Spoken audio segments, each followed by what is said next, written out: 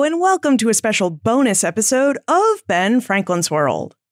The Omohundro Institute and I are happy to bring you this short bonus episode as a thank you for subscribing to this podcast. Having you along for our explorations of early American history each week is really and truly the reason for this show. Now, if you're listening to this episode via the web, I encourage you to go download the free Ben Franklin's World app so that you get all episodes of this podcast as soon as they're published. Plus, having the app ensures that you'll receive occasional unannounced bonus episodes like this listener Q&A with historian Doug Winiarski delivered directly to your smartphone or tablet.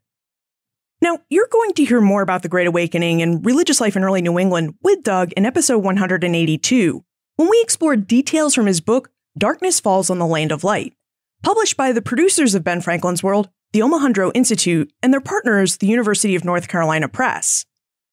Now, Darkness Falls on the Land of Light is the story of how ordinary New Englanders, living through extraordinary times, ended up giving birth to today's evangelical movement.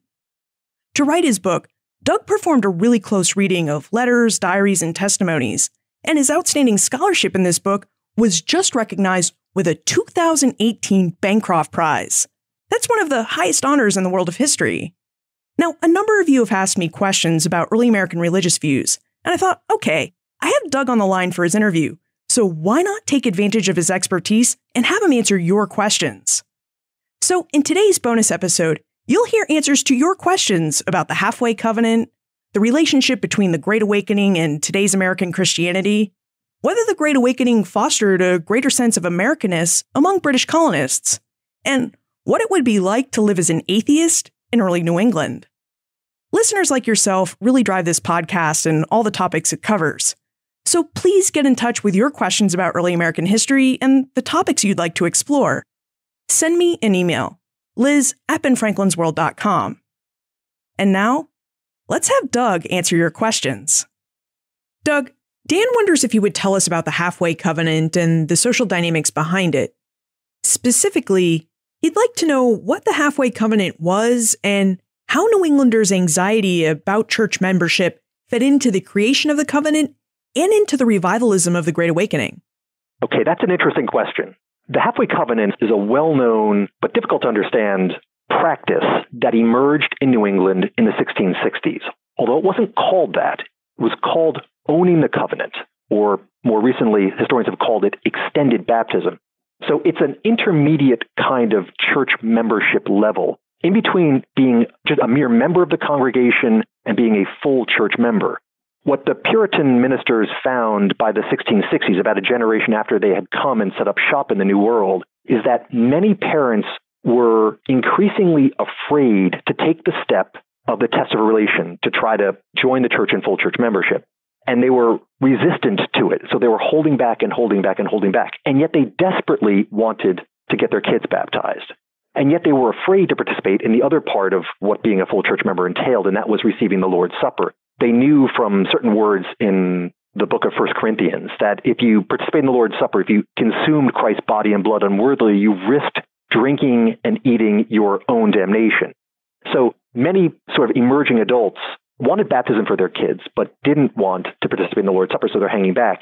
And through a series of adjustments, ministers debated trying to create a new intermediate level of church membership where people could own the church covenant. They could affirm the basic principles that were spelled out in the church's written sort of governing documents and achieve a sort of middle level of affiliation where they could get their kids baptized, but not participate in the Lord's Supper. What's interesting about it for my project is that the phrase halfway covenant, which appears in scholarship on 17th century Puritanism and has been that way for more than half a century, is actually, the phrase itself is a Great Awakening innovation. As people began to withdraw from the churches of the Congregational Standing Order during the 1740s, as they began to say, my experience is no longer square with the church in which I've been born and raised, I want to join one of these strict or separate congregational churches, they were usually disciplined by their church for leaving, for withdrawing from communion. And they would oftentimes provide lists of reasons why they were leaving the congregational establishment. And one of those reasons is because the church admitted to membership this intermediate group of people, these covenant owners. And so the phrase halfway covenant was a way of deriding this more expansive understanding of church affiliation that took shape in the middle decades of the 17th century by much more radical and zealous evangelicals of the mid-18th century. Leslie and Bob wonder if you would tell us if and how the Great Awakening and all the evangelicalism it inspired is tied to today's American Christianity. Well, for one thing, I think contemporary evangelicals look back to the period of the Great Awakening as an important originary moment for their own movement. And many of them herald Jonathan Edwards as one of the sort of great progenitors of the evangelical movement, as well as George Whitefield. I actually think if we understand evangelicalism as a broader movement with a lot of sort of differences among different kinds of evangelicals, that we can actually see that that desire to break away from an establishment becomes a defining feature of evangelicalism today. So in the United States of today, you'll find evangelical churches that are mainstream denominations, that are individual churches, that are storefront churches, that meet in movie theaters and in shopping centers and schools, independent congregations, like that push to develop new forms of religious community based upon like-minded belief and experience is, I think, something that comes out of the Great Awakening and reverberates up through today.